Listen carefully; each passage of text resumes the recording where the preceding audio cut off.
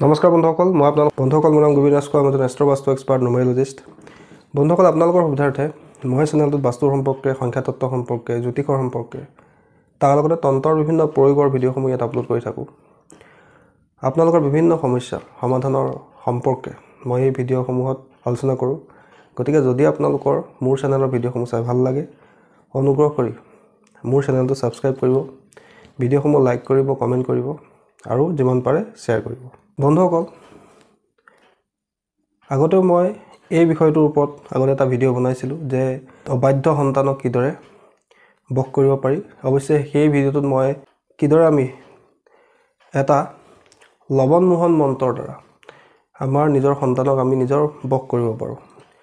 বন্ধুসকল, আজিকালিৰ যুগত, বিশেষকৈ বৰ্তমান যুগত এইটো এটা ডাঙৰ সমস্যা হৈ পৰিছে যে ল'ৰা ছোৱালীয়ে নিজৰ মাক দেউতাকৰ কথা নুশুনে। কোনো কথাই তেওঁলোকে মানিব নোখোজে, যিটো কাম কৰিবলৈ মানা কৰে সেইটো কামেই কৰে। আনকি এনেকুৱাও দেখিবলৈ পাওঁ যে মাক দেউতাকৰ ওপৰত আনকি সন্তানে হাত উঠোৱা পৰ্যন্ত আমি দেখিবলৈ পাওঁ।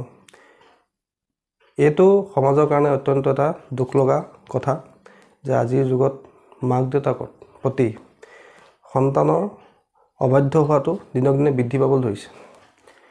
মাক দেউতাকৰ কথা কোনো কাৰণতে শুনিবলৈ নোখোজা হৈ পৰিছে।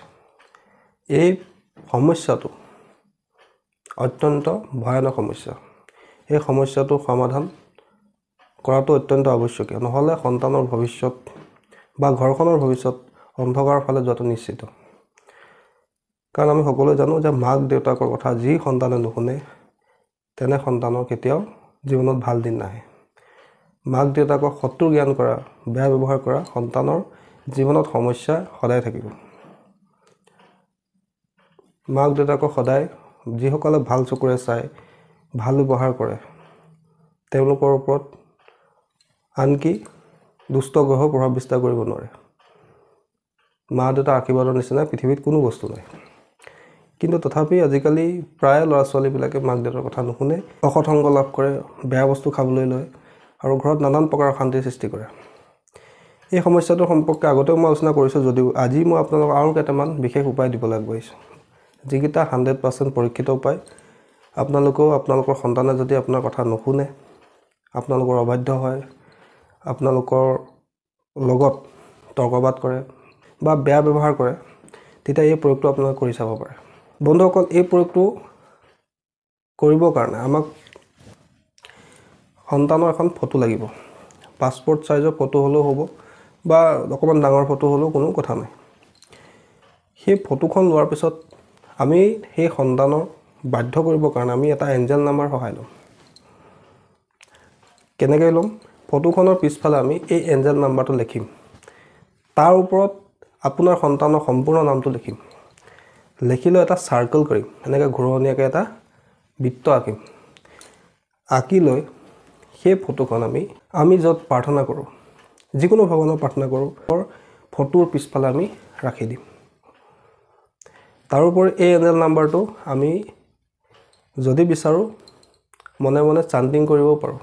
দিনটোত 5 মিনিট পাৰোঁ, 10 মিনিট পাৰোঁ, তেতিয়াও আমাৰ সন্তান আমাৰ বাধ্য হ'বলৈ লয় লাহে লাহে। ইয়াৰ এই এঞ্জেল নাম্বাৰটো এনেকুৱা এটা পজিটিভ পাৱাৰ আছে, যি পাৱাৰৰ কাৰণে আপোনাৰ সন্তানে আপোনাৰ কথা শুনিবলৈ ল'ব লাহে লাহে। আৰু এই প্ৰয়োগটো আমি বিভিন্ন প্ৰকাৰে কৰিব পাৰোঁ। প্ৰথমে আমি ফটোখনৰ প্ৰয়োগটো কৰিবই লাগিব। তাৰপিছত আমি হাততো লিখিব পাৰোঁ এঞ্জেল নাম্বাৰটো, বাওঁ হাতত, বাওঁফালে বাহুতো লিখিব পাৰোঁ, হাততো লিখিব পাৰোঁ। লগতে সন্তানে পানী খোৱা বটলত, যদি আপোনাৰ সন্তান সৰু হৈ আছে, স্কুলত নিশ্চয় যায়, সেই পানী খোৱা বটলত আপুনি এই নাম্বাৰটো লিখি দিব পাৰে।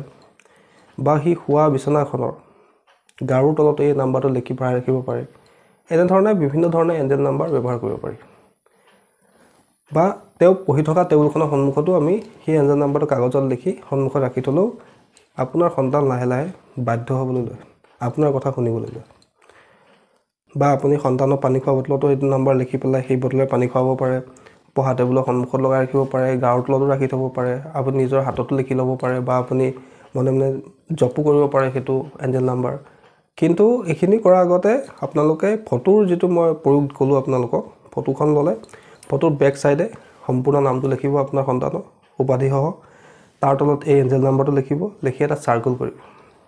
কিন্তু এটা কথা মনত ৰাখিব যে আপোনালোকে যেতিয়া এই এঞ্জেল নাম্বাৰটো ইউজ কৰিব তাত আপোনালোকে কেৱল সেউজীয়া ৰঙৰ কলমহে ব্যৱহাৰ কৰিব অৰ্থাৎ যি কলমৰ চিয়াহীৰ ৰং সেউজীয়া হয় তেনে কলমহে আপোনালোকে ব্যৱহাৰ কৰিব তাৰ পিছতে সেই ফটোখন আপোনালোকে যাকেই পূজা কৰে যিজন ভগৱানৰ পূজা নকৰক কিয় সেই ভগৱানৰ ফটোৰ পিছফালে আপোনালোকে ৰাখি দিব বন্ধুসকল সেই এঞ্জেল নাম্বাৰটো অকণ দীঘল আৰু মই যিদৰে আপোনালোকক লিখি দিম সেইমতে আপোনালোকে প্ৰয়োগ কৰিব বন্ধুসকল এই এঞ্জেল নাম্বাৰটো হৈছে 490614819498 বন্ধুসকল আকৌ এবাৰ শুনি লওক 490614819498 490614819498 এইটো হৈছে আপোনাৰ সন্তানক বাধ্য কৰিবৰ কাৰণে প্ৰয়োগ কৰিব পৰা এটা শক্তিশালী এঞ্জেল নাম্বাৰ বন্ধুসকল আশা কৰিছোঁ আজি আপোনালোকৰ বিষয়টো ভাল লাগিলে আশা কৰিছোঁ আপোনালোকৰ ভিডিঅ'টো ভাল লাগিলে